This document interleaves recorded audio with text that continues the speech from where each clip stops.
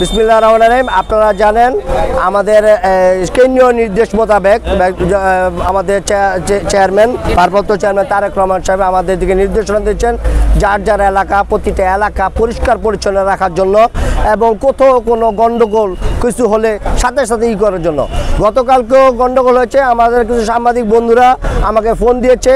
আমি রাত্র 1টা বাজে সেই শাহপাড়া ছুটে গিয়েছি এবং ভোর 5টা পর্যন্ত ছিলাম এবং কোনো হিন্দু মানুষের কোনো জালমা যাতে ব্যাঘাত না ঘটে, কারো কোনো সমস্যা নয়, সেজন্য আমি ভোর প্রায় 4:37 পর্যন্ত শাহপাড়া উপস্থিত ছিলাম। আমাদের সাথে বিভিন্ন দল ছিল, আরও সকল নেতৃবৃন্দ ছিল। হ্যাঁ, যার কারণে আমরা আমাদের যে নির্দেশনা সেটা হলো দেশটাকে কীভাবে, দেশটা আমাদের ছোট ছোট বাচ্চারা জীবনের বিনিময়ে আমাদের স্বাধীন করে দিয়ে গেছেন দেশটাকে। আমরা এই যে কোনো উপায় দেশটাকে পরিচ্ছন্ন রাখতে হবে। তাদের থেকে আমাদের শিক্ষা নেওয়ার অনেক কিছু রয়েছে, ছোট হতে পারে বাট ছোটদের থেকে শিক্ষা নেওয়া যায়। আর আমাদের চেয়ারম্যান খুব স্ট্রংভাবে বলেছে। আমি একটু আগেও গেছি 20 মিনিট আগে, এই যে জামতলায় করিমের এসি মিস্ত্রি তার 3টা দোকান তালা মারিয়ে দিয়ে চলে কিছু সন্ত্রাসী। আমরা সাথে সাথে যে আমরা সেই তালাগুলা ভেঙে তাদেরকে কাজ করার পরিবেশ করে দিয়েছি। আমরা মহানগর স্বেচ্ছাসেবক এগুলো করেছি, কারণ যতক্ষণ পর্যন্ত আইন শৃঙ্খলা না আসে এটা আমাদের দেশ, আমাদেরকে সুন্দর রাখতে হবে। আমাদের সমাজ আমরা এখানেই বসবাস করব, যে কোনো কিছুর বিনিময় এটা আমাদের করতে হবে, এটা আমাদের দায়িত্ব, দলীয় নির্দেশনা। এবং আমরা তো যেহেতু নারায়ণগঞ্জের বাসী, আমাদের একটা নিজের নৈতিক দায়িত্ব আছেই।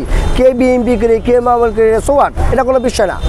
আর ছাত্ররা যে কষ্ট করেছে, আজকে যদি আমরা তাদেরকে সহযোগিতা না করি সেই কষ্টটাই তাদের বৃথা যাবে। শত শত জীবনের ব্যাপার, শত শত জীবন বৃষ্টির মতো তারা গুলি খেয়েছে, এখনও তারা অনেকে পঙ্গু, অনেকে যারা মারা গেছে তো আল্লাহ তাদের বেহেশত নসিব করুক, যে অনেকে পঙ্গু আছে, হাত ভাঙা আছে, গুলি খাওয়া আছে, চোখ কানা আছে। হ্যাঁ, তো আমরা যদি একটু এতটুকু তাদের জন্য না করি তাহলে তো একেবারে অপূর্ণ থেকে যায় তাদের কষ্টটা, সেটা তো ম্লান হতে দেওয়া যাবে না। এই হলো আমাদের মহানগর স্বেচ্ছাসেবক দলের মেসেজ। এবং আমাদের মহানগর স্বেচ্ছাসেবক দলের অ্যাডভোকেট সাখাওয়াত হোসেন খান এবং আবু আলিম টিপু তারাও আমাদেরকে বলেছে তোমরা যে যার মতো করে যা প্রত্যেকটা ওয়ার্ড বেস কাজ করো। আমরা 27টা ওয়ার্ড নিয়ে কাজ করতেছি, 27টা ওয়ার্ড নিয়ে। শুধু এখানে হয়তো একটু দৃশ্যমান, ওগুলো হয়তো একটু দৃশ্যমান নয় বা প্রেস মিডিয়ার একটু বাট আমরা 27টা ওয়ার্ডে কাজ করছি। দেশটা গড়তে হবে নতুন করে, 0 পয়েন্ট থেকে আমাদের গড়তে হবে।